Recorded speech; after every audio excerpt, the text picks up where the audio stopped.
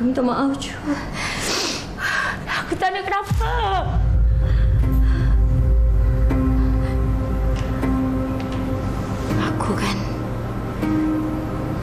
Aku anggap engkau ni kawan baik aku dunia dan akhirat. Aku dah tak ada kawan lain dah. Aku bercerita semua masalah aku dengan kau. Rupa-rupanya belakang aku kau rampas suami aku. Sekarang kau nak apa? Ha? Kau nak ambil pula company papa aku. Kau ni kenapa?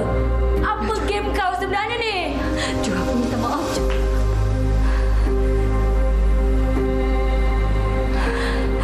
Minta maaf. Itu je ke yang boleh keluar dari mulut kau? Ha? Apa yang kau rasa dalam hati kau? Ju, apa dalam hati kau? Drama yang pernah mencetus fenomena di negara kita, Takdir yang Tertulis, lakonan hebat Nazim Osman, Nat Zainal dan juga Datin Elvina Muhammad. Ini sebenarnya berkait rapat dengan topik yang akan kita bincangkan pada hari ini, iaitu kawan makan kawan. Mungkin berlaku situasi di mana kawan baik merampas ataupun sailang suami kawan baik sendiri. Itu perkataan yang digunakan. Lepas tu mungkin juga berlaku dari segi pekerjaan di tempat kerja. Banyak situasi-situasi yang boleh menggambar kawan makan kawan ni, Hawa. Contoh kalau cakap belakang tu kira kawan makan kawan ke? Depan kita baik, belakang kita dia belakang kita lain macam pula. Okey, apa pun hari ini kita nak dengarkan perkongsian daripada anda juga. Boleh kongsikan di Facebook kami WHITV3 ataupun nak tanya dekat tetamu-tetamu kita pun boleh komen di situ. Jadi kita terus perkenalkan tetamu kita pada hari ini. Kita bersama dengan perunding psikologi keluarga dan guaman syari'i. Kita bersama dengan Puan Suzana Ghazali. Terima kasih bersama kami di WHI. Terima kasih panggil sekali lagi. Selamat kembali. Selamat kembali. Alhamdulillah. Lama tak jumpa di set WHI. Dan Puan Suzana tak keseorangan hari ini. Kita ada satu lagi tetamu, iaitu Syazwan Syahmi, seorang selebriti artis di Malaysia. Apa khabar? Baik. Sihat? Ya, Alhamdulillah. Terima kasih sudi bersama dengan kita orang semua. Sudi jemput. Okey, sebelum kita nak fahami lebih lanjutlah daripada Puan Suzana, kita nak dengarkan dululah pengalaman Syazwan sendiri. Kan kalau boleh dikongsikan kepada penonton kita apa sebenarnya yang terjadi, sebab kalau boleh dari situlah kita boleh ajukan soalan, boleh bincang lebih lanjut lagi. Syazwan. Okey, so daripada pengalaman saya, sebenarnya sebelum saya masuk industri banyak juga saya dengar pasal tikam belakang, mungkin makan duit selebriti kan. Tapi saya tak sangka saya sendiri pun terkena juga. Saya ada kawan baik dulu. Kemudian saya lantik dia sebagai PA saya lah time tu, and dia uruskan saya punya jadual, saya punya show, saya punya review. Dan kemudian dia cakap kat saya, ada satu kisah ni lah, satu cerita ni, dia cakap kat saya, time tu job tu katakanlah 500 dia punya, dia cakap kat saya 500 payment. Lepas tu saya tunggu job tu, saya tunggu payment tu dalam 3 bulan tapi tak masuk-masuk. Kemudian saya pun macam tak masuk lagi ke kan, saya tanya dia. Tapi sebelum tu pun saya dah cakap dia, 500 memang bagi saya 500 terus ke? Kalau saya panggil dia abang nak ambil sikit, abang ambil lah kan, saya tak kisah pun kan. So saya cakap tak apa, awak ambil je 500. Tapi saya tunggu dalam 3 bulan tak dapat. Kemudian sebab yang direct dengan klien semua dengan dia kan.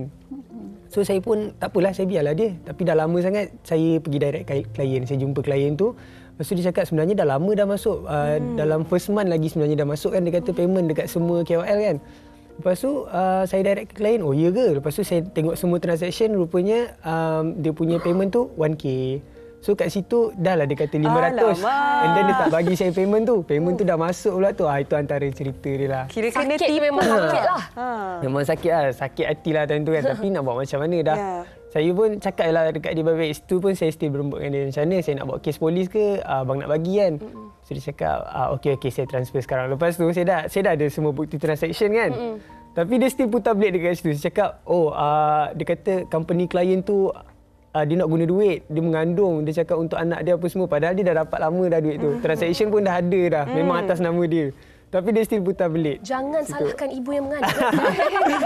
Tapi kisah yang Syazwan kongsikan ini juga, baru-baru ini pun tular juga salah seorang selebriti yang kena nasibnya hampir sama dengan Syazwan, yang mana ditipu oleh orang yang paling kita percayai, orang yang paling dekat dengan kita, apatah lagi apabila ianya melibatkan duit.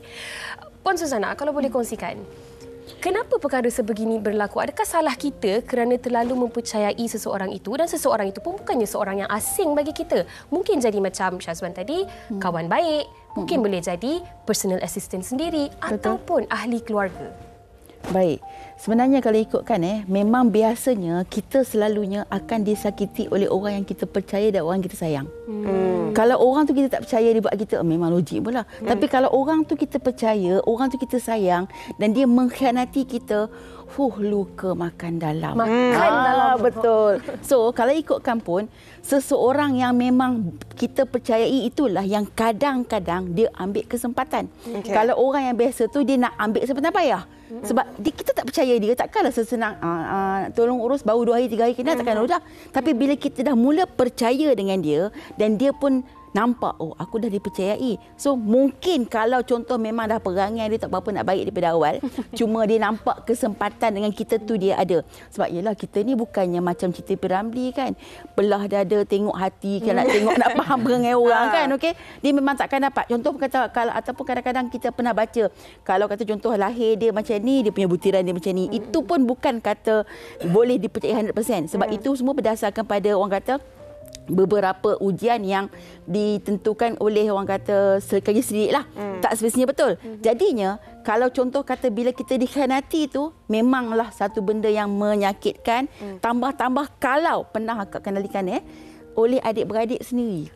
Kalau setakat orang luar ni orang kata tak apalah dalam lama-lama contoh macam kalau Syazwan kan, okey tak apalah dah tak payah kawal lah macam tu kan, biarlah dia pergi sendiri cari orang lain. Tapi kalau adik-beradik itu dah pun ada. Lagi payah tu. Betul. Tapi ni walaupun orang luar tapi kita banyak luangkan masa dengan dia. Betul. Contohlah kalau kawan baik ni memang dah anggap macam kakak sendiri, anggap macam abang adik sendiri kan. Jadi bila dikhianati tu seolah-olah rasa macam dikhianati oleh adik-beradik sendiri. Sungguh. Dia kadang-kadang Hawa, Yana, dia sebenarnya orang tu mungkin akan rasa aku bukan nak niat jahat pun. Contoh mungkin macam Cakap Hasan, sekejap je lah aku nak pakai ke apa. So alah dia kawan aku, dia kawan baik aku, takkan dia tak boleh faham kot. Okey, memanglah kita boleh faham, tapi point dia sekarang ni macam Syazwan rasa, cuba kalau cakap daripada awal betul-betul. Abang nak pakai duit sebenarnya. Syazwan dapat 1,000 kan. Confirm Syazwan boleh bagi kan. Tapi disebabkan penipuan. Malah tadi Syazwan pun cakap sini kalau abang nak sikit duit. Ambil lah. Saya cakap awal kan, memang setiap kali saya cakap ada kan. Dalam kes ni lah, memang setiap kali ada job kan. Abang ambil lah sikit. Tapi dia still cakap tak nak. So sebelum tu sebenarnya saya dah kena banyak kali. Tapi saya, ya Allah. tapi sebab kita percaya dia kan. Kita anggap dia sebagai, yelah kawan baik kita kan. Apa-apa semua kita bergantung dengan dia, kita cerita dengan dia. So bila kita dah percaya tu, apa dia cakap pun semua kita percaya. Kiranya lebih kurang macam yang tadi 1,000 tu yang sikit-sikit tak ambil sebelum ni lah. So banyak dia lagi ambil dah sekali semua 1,000 kan. Sekejap lagi yang nak tanya Syazwan, macam mana Syazwan handle situasi tu dan daripada insiden itu ke depannya tu apa yang berubah dari sudut Syazwan sendiri berkawan, mempercayai orang dan sebagainya. Tapi Hawa, sebelum tu kita nak saksikan dahulu satu paparan berkenaan dengan seseorang yang juga pernah menjadi mangsa kawan makan kawan. Jom kita saksikan. Masa dapat tahu tu memang speechless. Saya tak tahu nak cakap apa. Terkejut. Saya memang tak sangka sakitnya dikhianati oleh 2 orang yang saya sayang. 2 orang yang saya percaya. Ibarat kawan makan kawan. Itulah realiti yang terpaksa ditelan oleh wanita yang mahu dikenali sebagai Amira, 36 tahun, apabila mengetahui rakan baiknya sendiri menjalinkan hubungan bersama suaminya. Nilai persahabatan yang dibina bertahun lamanya hancur sekelip mata. Dia tidak pernah menyangka rakan yang dianggap seperti keluarganya sendiri sanggup menghancurkan bahtera perkahwinan yang dibinanya selama 6 tahun. Biarpun pahit untuk menerima hakikat, namun bagi Amira, dia terpaksa reda dan menerima takdir yang menimpa dirinya. Kalau orang tengok kami ni, orang cakap ibarat belangkas. Dekat mana ada dia, dekat situlah ada saya. Dekat mana ada saya, dekat situlah juga ada dia. Family kami pun memang dah kenal each other. Nak dijadikan cerita, kami berdua masing-masing bila dah habis belajar, masing-masing dah berkeluarga. Tapi jodoh dia tak panjang, dia bercerai tanpa ada anak. Selepas dia bercerai, kiranya saya dengan keluarga saya lah, kiranya saya dan suami, menjadi tempat dia untuk menumpang kasih. Anak-anak saya pun dah macam anak-anak dia juga. Setiap waktu lapang ke, memang dia akan datang ke rumah saya lah untuk main dengan anak-anak saya. Dan kadang-kadang kita orang pun ada pergi bercuti bersama. Kiranya dia ni macam tempat saya bercerita, tempat saya berkongsi segala kehidupan saya. Susah senang saya kiranya memang dia tahu, dan saya percaya 100%. Saya letakkan kepercayaan 100% tu dekat dia. Tapi lama kelamaan saya ada rasa sesuatu yang macam tak kena. Sebab kemesraan antara dia dengan suami saya tu kadang-kadang bila saya tengok sangat-sangat mencurigakan.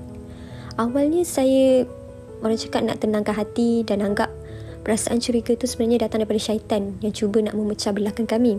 Akhirnya memang terbukti apabila mereka berdua sendiri mengakulah yang mereka ada hubungan.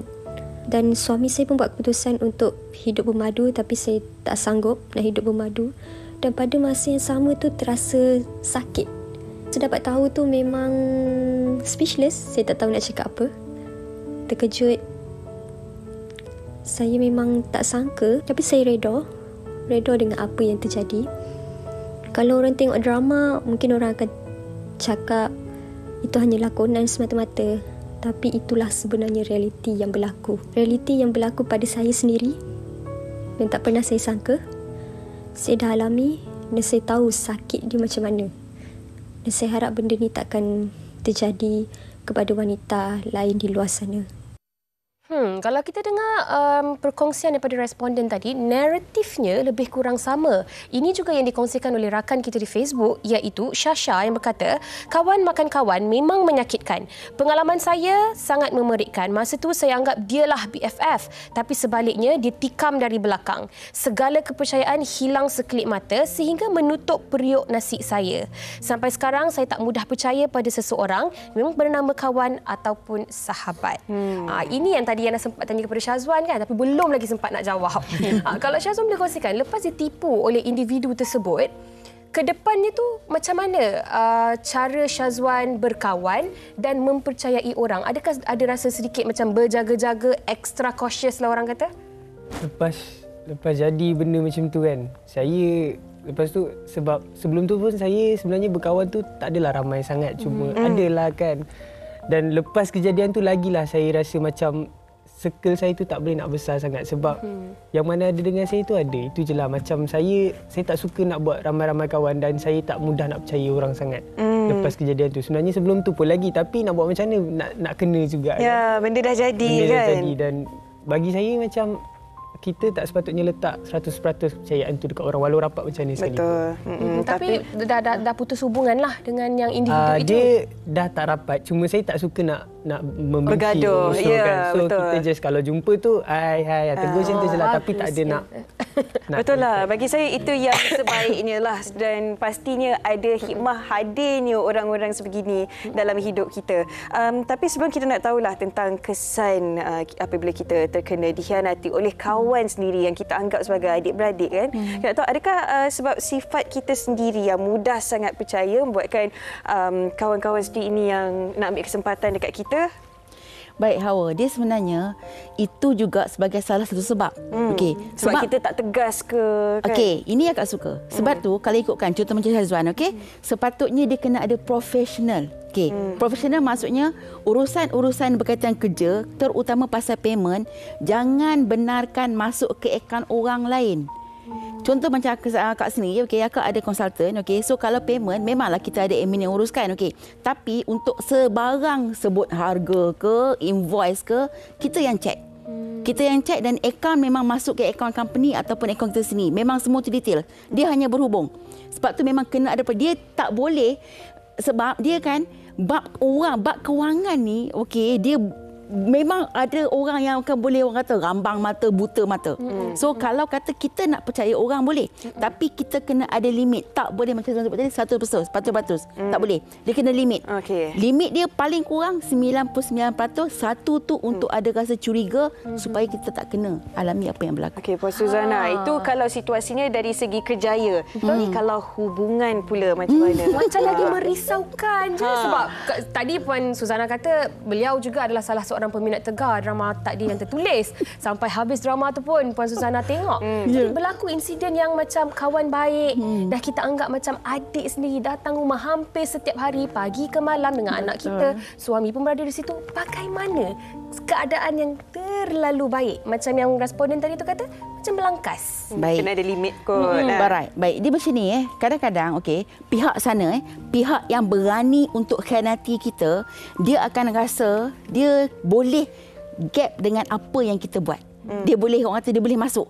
Point dia sebab dia kata dia kenal kita.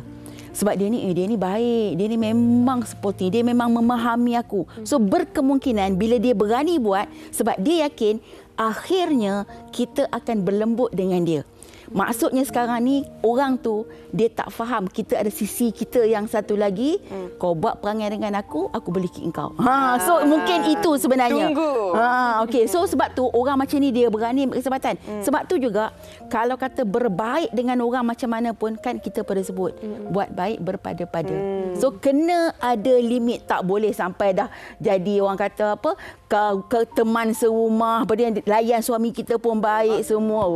Tak boleh. Kena ada batas dia juga. Betul. Itu pastinya. Okey, baik. Banyak lagi kita nak tanya kepada Puan Suzana dan juga Syazwan. Tapi sebelum tu, kita juga sempat bertanya kepada orang ramai tentang topik kita pada hari ini, iaitu kawan makan kawan. Apa kata mereka? Jom kita tengok.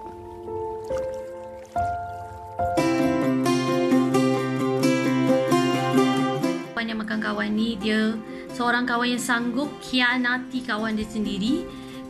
Macam sanggup merampas kekasih kawan, sanggup bocorkan segala rahsia kawan, sahabat baik sendiri pada orang lain. Macam menyebarkan rahsia kita pada orang lain yang tanpa kita ketahui. Kita tak payah berkawan jenis-jenis manusia. Contoh, toxic people, burukkan kita, kutuk kita belakang-belakang, suka judge kita dengan orang lain, jatuhkan kita. Diorang tak suka, Dia tak suka kawan dia berjaya. Saya sendiri pernah mengalami pengalaman kawan makan kawan masa zaman sekolah 12 tahun lepas, di mana orang itu merupakan sahabat baik saya sendiri. Setelah itu saya dapat tahu yang dia mengata benda tak baik tentang saya, dan juga dia pecahkan rahsia saya yang saya pernah cakap kat dia. Dan bila saya cuba konfront dia, tanya kenapa dia buat macam tu dan apa salah saya, dia tak cakap pun. Dia buat untung je. Sebenarnya dia berkawan dengan orang lain, dan yang paling menyikatkan hati, dia ajak kawan-kawan baru dia tu turut membenci saya. Pernah terkena kawan tikam belakang yang mana dia nak tahu tentang saya sayang, kasih saya macam mana, hubungan saya macam mana, dan akhirnya dia mencaras, dia merampas kekasih hati saya. Nak macam mana saya jumpa kawan yang makan kawan, bukan kawan yang makan nasi. Tadi Ana dah sebut sailang, ada lagi satu perkataan? Mencaras. Mencaras. Nauzubillah. Okey.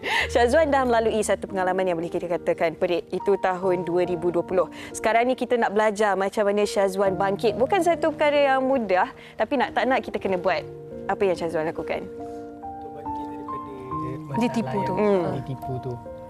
Saya cuma cakap kat diri saya macam tak apalah, itu mungkin nasib saya, and after this saya kena lebih berhati-hati, kena lebih pandai pilih kawan, dan lagi yang nak buat kawan baik macam saya dah anggap dia kawan baik, and also saya lantik dia sebagai personal assistant saya kan.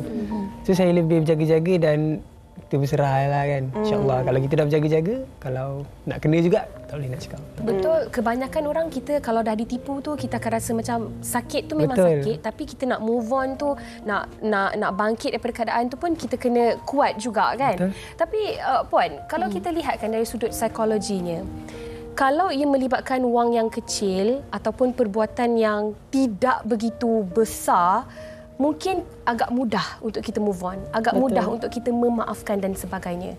Tetapi kalau berlaku situasi-situasi seperti yang responden tadi kongsikan dalam drama takdir yang tertulis itu tadi pun, sesuatu yang sangat besar dan memberi kesan yang sangat-sangat besar dalam hidup kita. Mungkin kita pun akan melalui trauma. Dari sudut psikologinya, apa yang berlaku kepada insan-insan yang ditipu ni dan bagaimana sebenarnya mereka nak bangun semula daripada insiden ditipu, terutamanya oleh orang yang paling mereka percayai. Baik. Satu, kita kena ingat, okey, bila kita ditipu atau kita diambil kesempatan, bermaksud kita memang lebih hebat daripada orang tersebut. Kalau tak, dia takkan gunakan kita. Jadi bila mungkin kita berjaya, kita ada kelebihan, sebab tu dia ambil kesempatan atas kita. Jadi letakkan, okeylah, tak apa, kau setakat boleh tipu aku sikit je, aku lebih hebat. Aku boleh bangkit jadi lebih baik. Syazwan hilang 1,000, boleh dapat 10,000 ke depan, insya-Allah. So dia kena ada semangat tu, kita pegang. Memang aku hebat, sebab tu aku kena tipu. Okey, dan yang kedua pula, kalau kata contoh melibatkan penipuan siapa-siapa juga, tak salah kalau kita tinggalkan dia sebenarnya. Tak ada lagi dalam grup WhatsApp kita ke, dalam kontak kita, dalam FB ke, tak ada, okey? Sebab apa? Tak salah pun kita bukan kata memutuskan sebagai silaturahim, cuma kita tak berhubung. Nak elak. Betul. Hatta pernah pada zaman Rasulullah, okey, seorang sahabat memang mengalami lebih kurang situasi yang sama, memang keadaan yang tak dapat diterima. Masa tu sahabat angkat tangan depan Rasulullah, ya Allah, ya Tuhanku, manusia ini menyakitkan hatiku. Tolong benarkan manusia ini merasai apa yang aku rasa ketika ini. Dan Rasulullah sebut amin. Rasulullah tak kata tak boleh doa macam tu, tak. Maksudnya kita boleh, tapi janganlah pergi guna bomoh ke pula. Tak eloklah kan. Tapi sebab kita dianiaya. Inilah doa orang teraniaya. Betul. So kita minta doa, ya Allah, ya Tuhanku. Dan mungkin juga macam yang sebut tadi, dia lebih berhati-hati. Memang kita boleh berhati-hati, tapi kita tak tahu benda apa yang bakal berlaku. Tapi kita kena yakin apa juga kehendak takdir Allah itu mesti ada sebab untuk kita lebih berhati-hati, untuk kita lebih bersemangat, dan kita kena yakin yang Allah uji aku sebab aku hebat. Jadi kalau kata ujian ini aku rasa berat sebab aku mampu, Allah percaya dekat aku pun kena percayalah. Macam lagu Tok T kan, percayalah. Terus Puan belanja pula. Pastinya bagi semangatlah dekat orang yang dengar sekarang ni. Puan Suzana, terima kasih banyak-banyak sebab ada kalanya kita rasa down, salah saya ke benda semua ni jadi. Tapi bila kita fikir dari sudut hikmah dia, cukup besar sekali. Dan ini juga orang kata experience is the best teacher. Kalau macam Syazwan sendiri, kalau kita tak pernah ditipu ataupun melalui fasa-fasa sebegini, kita tak akan belajar untuk handle sekiranya berlaku lagi situasi seperti ini di kemudian hari. Untuk Syazwan sendiri, mungkin ada sesuatu yang nak disampaikan kepada penonton semua tentang bagaimana sekiranya kita ada kawan, kita perlu lihat kawan itu bagaimana juga, dan jangan terlalu cepat untuk mempercayai orang. Kalau saya kepada penonton-penonton di luar sana, saya tahu mesti semua orang pun ada kawan, and kadang-kadang kita dah sampai satu tahap yang terlampau selesa dengan seseorang. So macam mana kita sayangkan dia pun, kita selesa dengan dia pun, kita kena ada limit juga, and sentiasa berhati-hati dalam perhubungan tu. Ya, daripada Puan Suzana pula mungkin kata-kata nasihat buat semua kan, bagaimana untuk kita elak daripada terjadi orang yang sebegini, dan dalam masa yang sama kalau terkena, bagaimana untuk kita terus bangkit dan reda dengan apa yang berlaku. Dan yang lebih penting kan, macam mana kita nak detect ni yang kita ni sebenarnya berada dalam keadaan orang yang nak menipu kita. Zon bahaya. Zon bahaya ni. Baik, dia nak kenal pasti zon bahaya tu sebab dia tak ada signal, okey, tak nampak yang mudah, alright. Cuma bila anda rasa sesuatu, sebab yakinlah sentiasa berpegang dengan apa yang Allah anjurkan. Bila ada rasa hati yang sama ni, kita rasa okey, tiba-tiba ada terdetik, okey, six sense dekat situ, cubalah selidik, berkemungkinan betul. Okey, dan yang kita nak kena ingat juga, okey, dalam apa juga situasi, right, kita kena lebih percayakan diri kita sendiri dan lebih sayangkan diri kita. Kadang-kadang kita ni, dia ni baik dengan aku, tak apalah. Bila kita terlalu, okey, memanjakan orang lain, jadi kadang-kadang kemanjaan itu, orang itu akan ambil kesempatan. Sebab tu kalau ikutkan dalam hadis Rasulullah pun, sayang orang lain macam sayang diri sendiri. Bukan sampai aniaya diri sendiri. So kalau nak elak, so lebih-lebihlah sayang diri, lebih berhati-hati, insya-Allah. Dan doa, minta tolong Allah, insya-Allah.